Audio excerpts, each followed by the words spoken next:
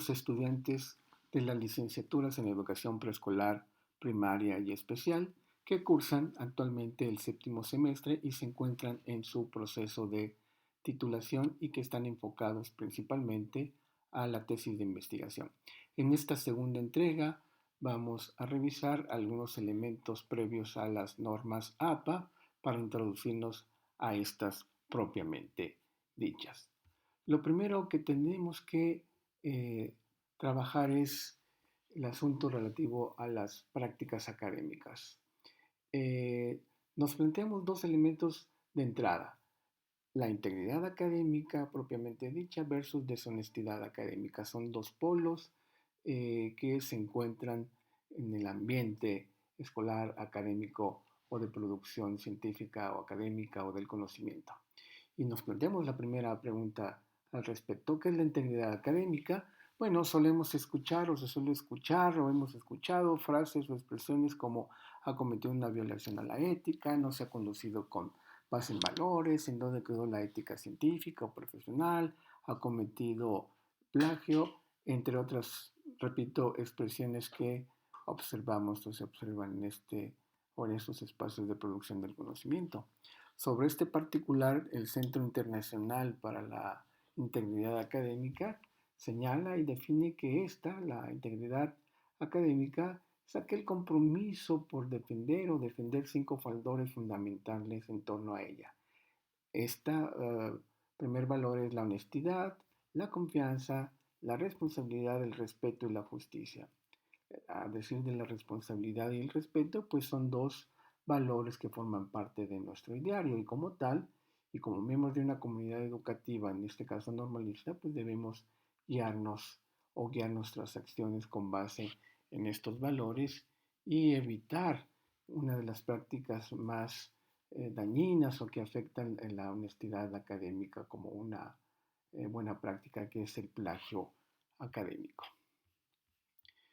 Las conductas deshonestas que podemos observar las podemos ver en tres categorías, que son básicamente las que se observan en los exámenes, en la producción de textos, que es nuestro asunto central, y en la interacción con los compañeros o con los colegas. Algunos de estos comportamientos deshonestos son como, por ejemplo, copiar las respuestas de otro estudiante, emplear aparatos electrónicos como el celular, la tableta, etcétera, cuando no está permitido su uso en un examen, en una actividad académica que puede afectar el proceso de enseñanza-aprendizaje o de producción del conocimiento. Permitir a un compañero o colega ver las respuestas para que las copie, copiar y pegar ideas de otros, es decir, cometer el plagio, presentar un trabajo que no es propio, reciclar un trabajo y presentarlo como original.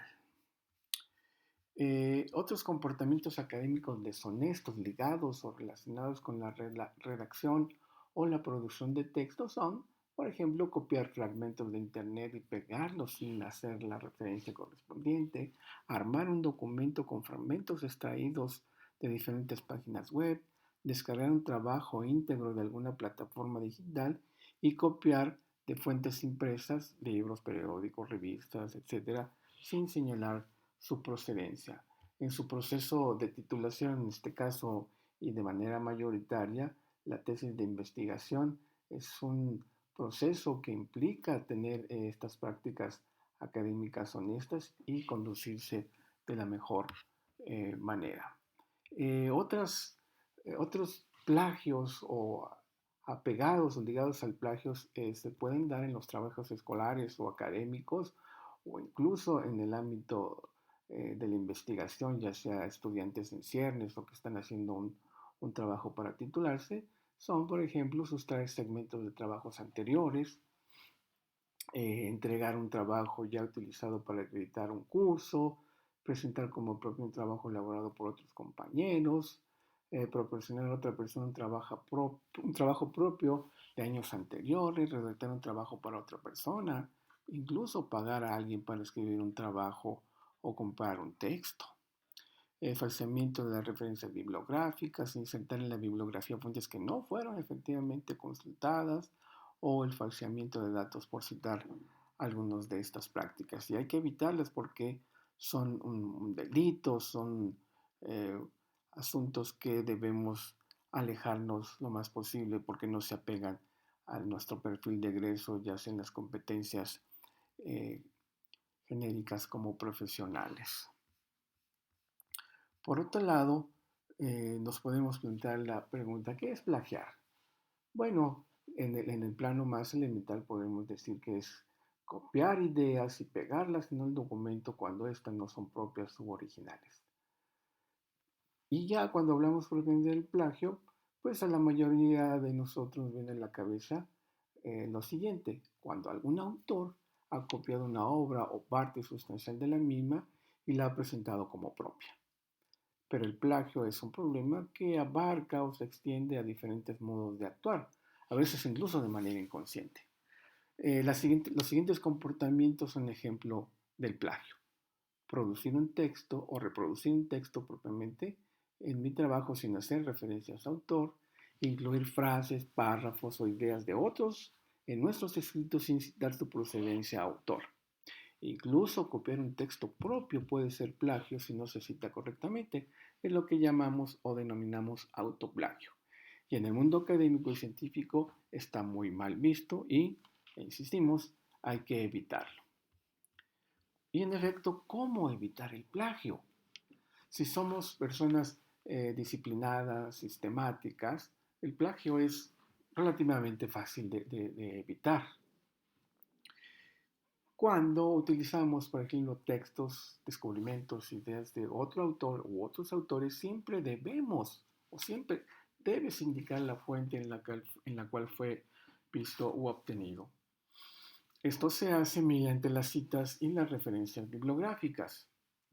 En estas cápsulas, como lo hemos venido subrayando, pues te ofreceremos una breve explicación de qué son las citas y las referencias bibliográficas y te diremos con algunos ejemplos cómo se utilizan y cómo se construyen conforme a la sexta edición APA. Y el primer consejo que te damos y que está ligado a esta práctica honesta y que tiene que ver con las normas APA es el siguiente. Cuando estés leyendo tus fuentes, toma nota o notas de todas las ideas, pasajes o fragmentos que te parezcan interesantes para que no te olvides de dónde las tomaste y poder citarlas y emplearlas para tus fines. Para ello te recomendamos lo siguiente: una ficha de lectura. Y aquí te presentamos un modelo de ficha de lectura. Si puedes ver, en la parte superior tenemos un primer bloque que es propiamente la referencia y es la fuente que estamos consultando. En este caso es un libro y pudo haber sido un capítulo del libro. Tenemos al autor, empezando por el apellido, el año, el título de la obra, la ciudad y la editorial. Un segundo bloque tenemos el tema tópico y que alude al tema de la lengua escrita, y el tópico, que es el punto específico de la adquisición de la lengua escrita en escolares, porque probablemente es mi tema de investigación. Tenemos 3 columnas. La primera de ellas alude a la cita textual o cita literal, que debemos poner entre comillas porque es literal, y la página o las páginas donde fue extraído este pasaje o fragmento. En este caso podemos subrayar y marcar con negrita el aspecto que nos interesa de esta cita y lo podemos colocar como concepto idea central, en este caso dominio de la lengua escrita, porque mi asunto es cómo adquieren y desarrollan y dominan la lengua los niños en edad eh, de formación o en edad escolar, que puede ser preescolar o primaria. Y en la tercera columna, lo que yo hago con esta información, con esta cita, es hacer un análisis o interpretación de la misma y con mis propias palabras elaborar una paráfrasis y poder construir párrafos de este tipo. Si ven, este párrafo está dividido en 2 partes. El primero alude directamente a una paráfrasis de esta información, o también puedo usar esta e introducirla acá. Yo hice una paráfrasis a partir de lo que leí en un capítulo determinado y puse lo siguiente a manera de ejemplo. Miller y Weiner, entre paréntesis 2002, citado por Ferreiro 2012, es decir, en esta obra, en X capítulo, señalan que existen diversas razones que determinan los niveles de dominio entre los escolares. Ello, ojo, en efecto, Lo pude observar en los preescolares de segundo año, cuyos niveles de escritura, de lengua escrita, de acuerdo al diagnóstico inicial, es relativamente bajo. Si se fijan, después del punto y coma, esto yo lo obtuve a partir de mis observaciones en un diagnóstico que hice en campo, en aula escuela, y me apoyé en esta cita o paráfrasis propiamente dicha para yo apoyar o sustentar lo que yo observé en el campo. Y toda esta idea, todo este párrafo, yo lo puedo emplear o esta cita textual donde, bueno, yo pongo aquí abajo en esta ficha, dice colocación en el documento. ¿Dónde puedo incluir esto? Bueno, probablemente yo tengo en mi documento una tesis o otro tipo de texto, un capítulo que se denomina adquisición de la lengua escrita en la infancia y un apartado en este capítulo que se llama niveles de dominio. Entonces yo puedo usar esta información que es producto de mi trabajo intelectual y que es una habilidad investigativa y puedo insertarla, colocarla aquí y no estoy cometiendo ningún tipo de plagio. Y entonces esto me permite llevar a cabo una práctica académica honesta y conforme voy elaborando mis fichas las voy empleando y usando donde conviene. Hasta aquí terminamos esta segunda entrega. En la siguiente entrega veremos propiamente las citas textuales, la paráfrasis y en bloque. Muchísimas gracias. Les dejamos nuestros correos para que se contacten con nosotros y poder apoyarlos en lo relativo a las normas APA. Muchísimas gracias.